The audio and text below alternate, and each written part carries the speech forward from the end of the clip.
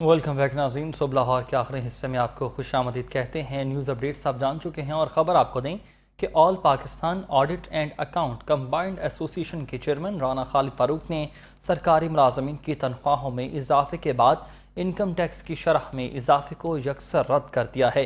कहा, एक हाथ से हुकूमत ने सरकारी मुलाजमीन को रिलीफ दिया तो दूसरे हाथ से वापस भी ले लिया। अगर इनकम टैक्स वापस ना हुआ तो एक बार फिर हम सड़कों पर निकल आएंगे। इसी पर मज़ीद जानते हैं नुमाइंदा लाहौर रंग अशरफ मेहताब से, जो कि इस वक्त चेयरमैन राना खालिद फारूक के साथ मौजूद हैं। जी अशरफ, बताइएगा। जी बिल्कुल, जैसे कि आपको मालूम है कि जो वफाकी बजट है 2024-25 वो कौमी असम्बली में पेश कर दिया गया है। अब इसकी मंजूरी का इंतज़ार है, लेकिन इसमें कुछ रिलीफ तो दिए गए हैं, लेकिन दूसरी तरफ से टैक्सेस भी बढ़ा दिए गए हैं। अगर बात करें सरकारी मुलाजमीन की और ख़ास तौर पर निजी को जो अदारे हैं उनके मुलाजमीन की, तो उनमें से बाद जो निजी इदारे हैं उनकी तो तनख्वाहें नहीं बढ़ी, लेकिन उन पर जो टैक्स स्लैब है उसको बढ़ा दिया गया, यानी शरह को बढ़ा दिया गया है। इस तरह से अगर बात करें सरकारी मुलाजमीन की, तो उन पर भी कम नहीं किया गया। जो छोटे मुलाजमीन हैं उनके ऊपर 100% टैक्स जो है इनकम टैक्स बढ़ा दिया गया है।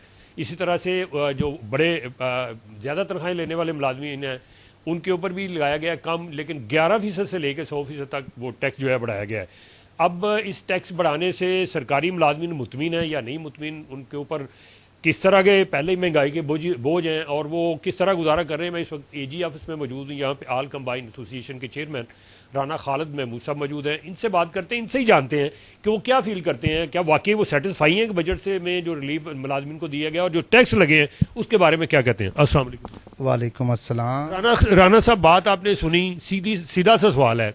सरकारी मुलाजमीन को हुकूमत गड़े की मछली समझती है, वो जब चाहती है गर्दन से पकड़ती है, टैक्स बढ़ा देती है। जबकि ये कहा गया था कि जो पहले से टैक्स दे रहे हैं उन पर टैक्स नहीं लगाया जाएगा और नए लोग तलाश किए जाएंगे, नए वेन्यू सेक्टर तलाश किए जाएंगे, किए गए हैं। और सरकारी मुलाजमीन जो इनकम टैक्स बढ़ाएगा उसके बारे में किया गया? बिल्कुल नहीं किए गए जी। देखा जाए तो जैसा कि आपने इंट्रो में भी बताया कि सिर्फ और सिर्फ वही लोग जो पहले ऑलरेडी शिकंजे में जकड़े हुए हैं उन्हीं को बार बार निचोड़ा जा रहा है।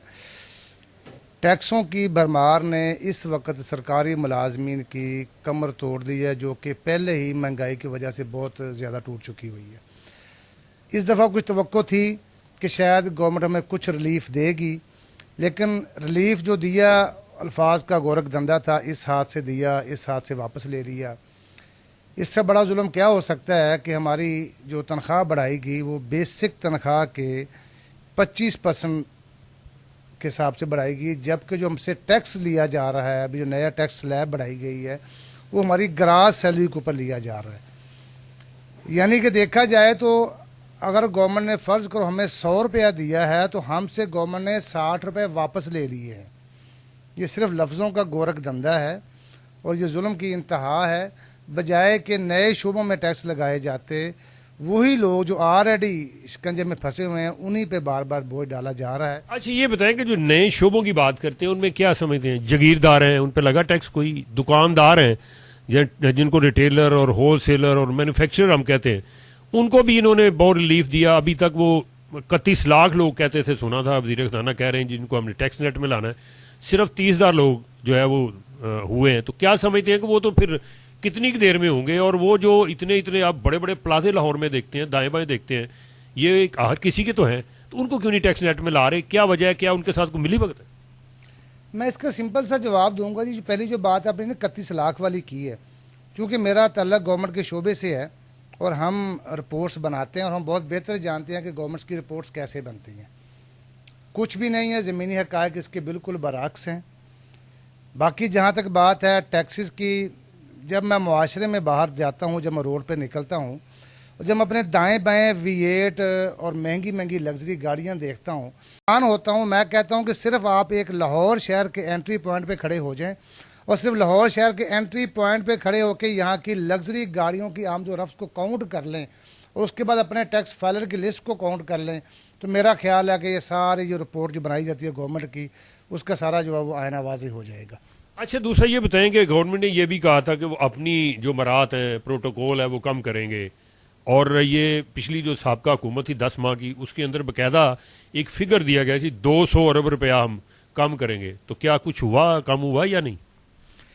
ना कम हुआ, ना कभी होगा और ना ही इनसे कोई बंदा तवक्को कर सकता है। इतनी ढिठाई है कि अभी हम जब मुज़ाकरात कर रहे थे तनख्वाहों के बढ़ाने के सिलसिले में, तो हमारे सामने रोना पीटा जा रहा था कि IMF की पाबंदियों की वजह से, मुल्क के मुआशी हालात की वजह से हमारे पास पैसा नहीं है। जबकि आज से 4 महीने पहले इन्हीं MNA MPAs ने अपनी तनख्वाहों में 300% इजाफा किया। इन्हीं सेनेट के मेंबरान ने अपनी तनख्वाहों में 300% इजाफा किया। ये जो मुराद कम करने की बात कर रहे हैं, जितनी ज़्यादा मुराद को डबल ट्रिपल किया है पिछले 1 साल के अंदर हमारे सेनेटर्स ने, हमारे MNAs ने, हमारे MPAs ने। अगर कभी इसकी पूरी तफसील बाहर आ जाए तो वो होशरबा इंकशाफ बनेगा। बल्कि मैं रिसेंटली गया कौमी असम्बली में, जाके देख के हैरान हो गया कि वाकई उनके लिए महंगाई नहीं है।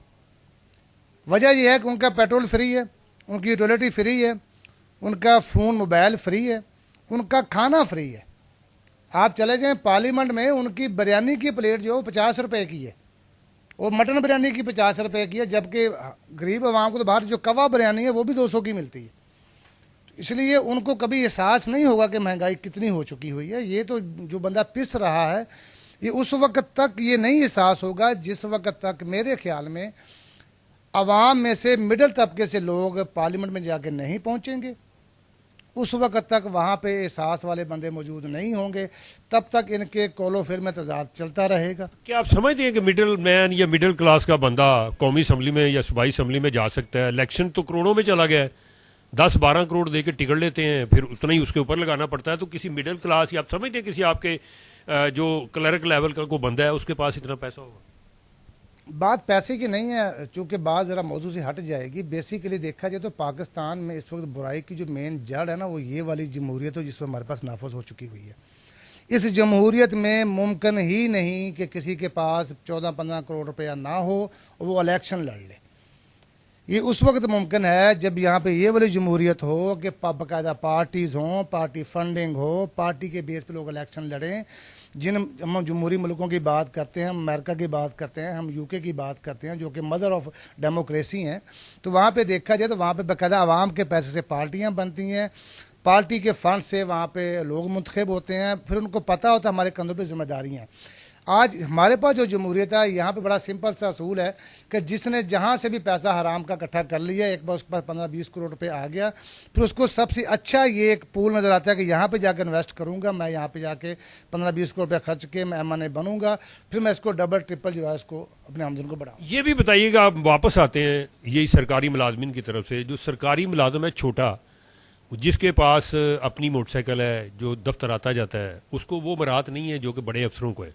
उनको घर भी मिला हुआ है फ्री में, उनको गाड़ी भी मिली हुई है, उनको ड्राइवर भी मिला हुआ है, उनका AC यानी बिजली के यूनिट भी फ्री हैं, उसको पेट्रोल भी फ्री मिलता है, उसको गैस भी फ्री मिलती होगी।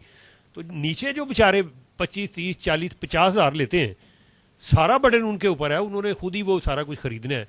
तो इस हवाले से जो तफरीद है आपके पास, तो वो बिल शिल आते हैं, आप तो उनकी देखते हैं कि एक घर की उनकी एक साल में 2-2 दफ़ा सालाना मरम्मत भी हो रही होती है, रंगो रोगन पे इतने पैसे लग जाते हैं जितने शायद हमारा गरीब आदमी घर भी ना ले सकता हो।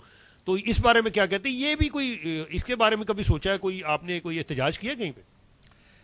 देखिए जी, जहाँ तक बात है ना तजाद की, तो मैं अभी भी मैं मुतलका सेक्शन से उठ के आया हूँ, तो अभी हमारा पंजाब असम्बली का सेशन भी स्टार्ट हो गया हुआ है।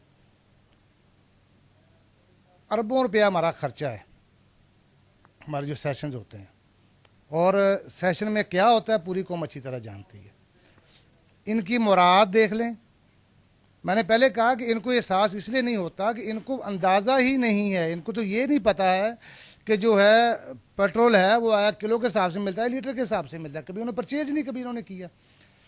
अब जो हकीकी जो हमारा अवामी बंदा जो है, जो मुलाजम है, गरीब आदमी है, मैं इस दफ्तर में बैठा हूँ, इस वक्त मेरे जो दफ्तर में कम से कम 400 बंदा जो है वो इस वक्त जूनियर एडिटर है, जिसका बेसिक पे स्केल 11 है और उसकी जो एवरेज तनख्वाह वो 40,000 रुपये है। अब अंदाज़ा करें कि 40,000 तनख्वाह में से एक फैमिली का गुजारा करना किस तरह मुमकिन हो सकता है। हमें गवर्नमेंट देती है मेडिकल अलाउंस 1500 रुपये पर मंथ। 1500 रुपये बच्चे को चेक करवाने जाए तो डॉक्टर एक विजिट के ले लेता है। अल्लाह ना करे अगर आपको कोई एमरजेंसी बन गई, कोई मजबूरी बन गई, कोई बड़ा ऑपरेट करवाना पड़ गया, तो आप नए कर्जे तले दब जाएंगे। कन्वेंस अलाउंस की बात करते हैं तो हमें इस वक्त जो मिलता है वो 2 से 2,500 रुपया। और मज़े की बात यह है कि बल्कि ये बेशर्मी की बात है कि लाहौर के अंदर पब्लिक ट्रांसपोर्ट ख़त्म कर दी गई है। 1-2 रूट्स पे ऑरेंज ट्रेन चल गई, मेट्रो ट्रेन चल गई, चले इन्होंने क्रेडिट लेना है, जो जिसने लेना वो ले, अच्छे बेनिफिट उस रूट में लोगों को मिल रहे हैं। लेकिन बकाया जो 80% जो लाहौर है उसके पास कोई पब्लिक ट्रांसपोर्ट नहीं है। और मुलाजम दफ्तर कैसे आएगा, उस 2500 में से वो कैसे गुजारा करेगा, किसी को इसका कोई एहसास नहीं है। कन्वेंस हमें जो हाउस रेंट दिया जाता है वो 4,000 रुपये दिया जाता है। अब गवर्नमेंट के पास 85 के बाद आज तक नए घर गवर्नमेंट ने नहीं बनाए। अल्लाह जनसीब करे, मोहतरमा बेनज़ीर ने नए घर बनाए थे, उसके बाद से लेके आज तक गवर्नमेंट ने नए घर। लेकिन ये छोटे मुलाजमों के नहीं ना बने, अफसरों की तो GOR बनती जा रही है, पता नहीं 8-10 तो लाहौर में ही हो गई हैं। तो क्या समझते हैं, उनके लिए तो मराहत हैं, घर भी हैं और फ्री भी हैं सारा कुछ। तो गरीब के लिए जो हाउस रेंट है उसमें तो मेरे ख्याल में लैट्रिन भी यहाँ लाहौर में बामुश्किल महीने पे किराए पे मिलती हो। तो मैंने इसलिए कहा कि 85 में लास्ट कुछ मकान बनाए गए थे जो छोटे तबके को अलाट किए गए थे। बाकी जो हमारा अशराफिया है, हमारे ये जो मुकद्दस गायक जो तबका है, इनके लिए तो हर रोज़ नए बनते हैं। इनके तो आपको रोज़ आप जैसे दोस्त TV पे आके इंकशाफात करते हैं, इनके तो गोल्ड प्लेटेड बाथरूम बनते हैं।